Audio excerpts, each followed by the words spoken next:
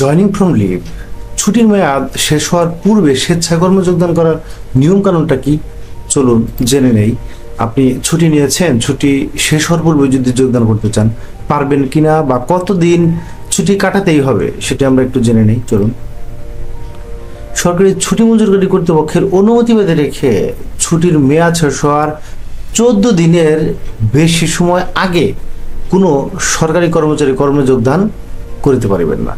কথাটা হচ্ছে BSR part 1-এর বিধি 158-তে এটি বলা আছে, অর্থাৎ কেউ যদি কারো যদি ছুটি মঞ্জুর হয়, ধরুন 1 মাস ছুটি মঞ্জুর হলো, আপনি 5 দিন কাটিয়ে যোগদান করবেন না, ব্যাপারটি এমন হবে না। আপনাকে মিনিমাম 14 দিনের বেশি অর্থাৎ 15 দিন ছুটি কাটাতে হবে, কাটিয়ে তারপরে আপনি যোগদান করতে পারবেন। এতে বাকি 15 দিন, অবশিষ্ট 15 দিন আবার একটু অফিস আদেশ করে সেটি বাতিল করা হবে এবং ফলে সেটি কিন্তু জমা থাকবে। তো এটি হচ্ছে নিয়ম। তো এখানে নৈমিত্তিক ছুটির ব্যাপারে কিন্তু এটি বলা হয় না, নৈমিত্তিক ছুটি আসলে কোনো ছুটি না বলা হয়। তো এটির ক্ষেত্রে না, আপনি যদি ধরুন মেডিকেল ছুটি নিলেন অথবা ধরুন পূর্ণ গর্ভবেতন অর্জিত ছুটি নিলেন, তো এই যে ছুটিগুলো আছে এই ছুটিগুলো আপনি মঞ্জুর করার পরে আপনি মিনিমাম 15 দিন কাটাতেই হবে। তারপরে যে অবশিষ্ট অংশ সেটুকু প্রত্যাহার করতে পারেন বা সেটুকু কাটানোর পূর্বে আপনি জয়েন করতে পারেন।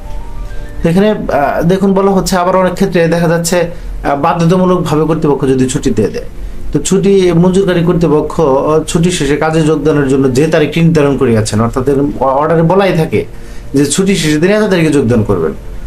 তো কোনো আদেশের অবর্তমানে স্বাভাবিক নিয়ম অনুসারে ওই তারিখের পূর্বে সংশ্লিষ্ট কর্মচারী উক্ত পদে যোগদানের দাবি করিতে পারবেন না।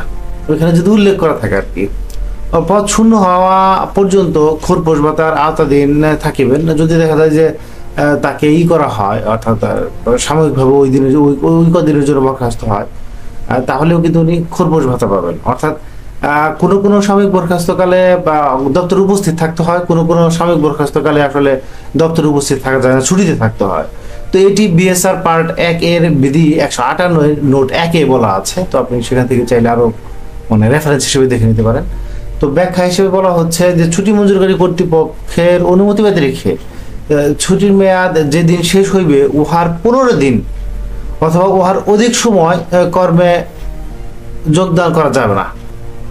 14 দিন বা উহার কম সময় পূর্বে যোগদান করিতে পারিলেও যদি কোনো পদ খালি না থাকে তবে তাহাকে দায়িত্ব প্রাপ্তির জন্য অপেক্ষা করতে হইবে, কারণ ছুটির মেয়াদ শেষ হইবার পূর্বে স্বীয় পদে যোগদানের দাবি করা যাবে না। এটি আসলে অনেকে বলতে পারেন যে তার পদ তো খালি, কিন্তু আসলে কেউ যদি যায় বা ছুটিতে যায় তাহলে কিন্তু তার পদের দায়িত্ব অন্য কাউকে দিতে হয়। তো এটি মূলত বোঝানো হয়েছে। তার মানে এখানে 15 দিন কিন্তু তাকে ছুটি বুক করে আসতে হবে, অথবা কর্তৃপক্ষ যদি চায় তার আগে যোগদান করতে পারবে না, সে কর্মে এসে থাকতে পারবে কিন্তু দায়িত্ব পাবে না আর কি, এরকম।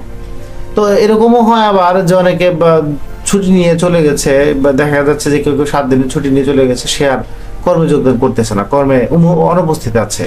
যেমন আমরা রেফারেন্সে দিয়েছি, দেখুন 22 সালে একটা আদেশ চূড়ান্ত নোটিশ জারি করা হয়েছে। সেখানে দেখা গেছে যে একজন ব্যক্তি উনি কিন্তু কারারক্ষী, উনি ছুটিতে চলে গেছেন 2017 সালে, 7 দিনের নৈমিত্তিক ছুটি নিয়েছিলেন, তারপরে আর কাজে আসেন নাই।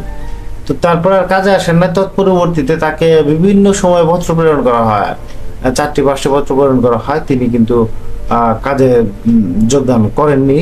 এবং সর্বশেষ থানার এসআই নেতৃত্বে একটি প্রতিনিধি দল গঠন করা হয়, তার ঠিকানায় উপস্থিত হয়ে চাকরি যোগদান না করার বিষয়ে জানতে চাওয়া হয়। তাই এখানে ফোন করে জানলে হবে না, এটি হচ্ছে নিয়ম অনুসারে জানতে হবে। কমিটি গিয়ে চাকরিতে যোগদান করবেন কিনা তা জানতে চাওয়া হয়, এবং তিনি বলে দেন না চাকরিতে যোগদান করবেন না।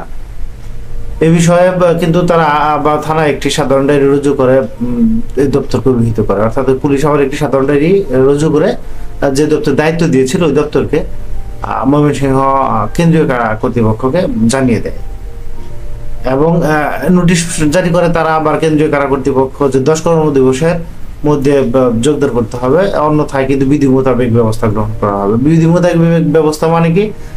বিধি মোতাবেক ব্যবস্থা মানে হচ্ছে বিভাগীয় মামলা রুজু হবে, তারা আবার করে দেখবে, তদন্ত করে বিষয়টা দেখবে, দেখার পরে তারা সিদ্ধান্ত দিবে, অবশেষে তার চাকরি কিন্তু অবসান হতে পারে। এটি হচ্ছে নিয়ম। তারপরে এই যে ছুটি নিয়ে যোগদান করার ব্যাপারে যদি কারো মন্তব্য থাকে তাহলে কিন্তু আপনি ভিডিও কমেন্ট সেকশনে করতে পারেন, উত্তর দেওয়ার চেষ্টা করবো। ধন্যবাদ।